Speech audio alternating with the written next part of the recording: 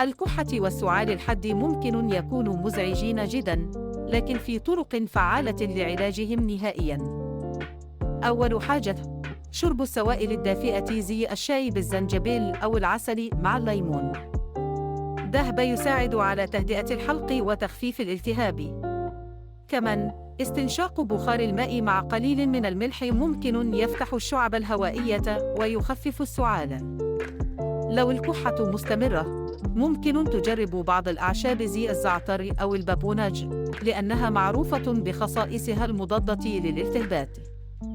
وأخيراً، حاول تتجنب المهيجات زي الدخان أو الروائح القوية.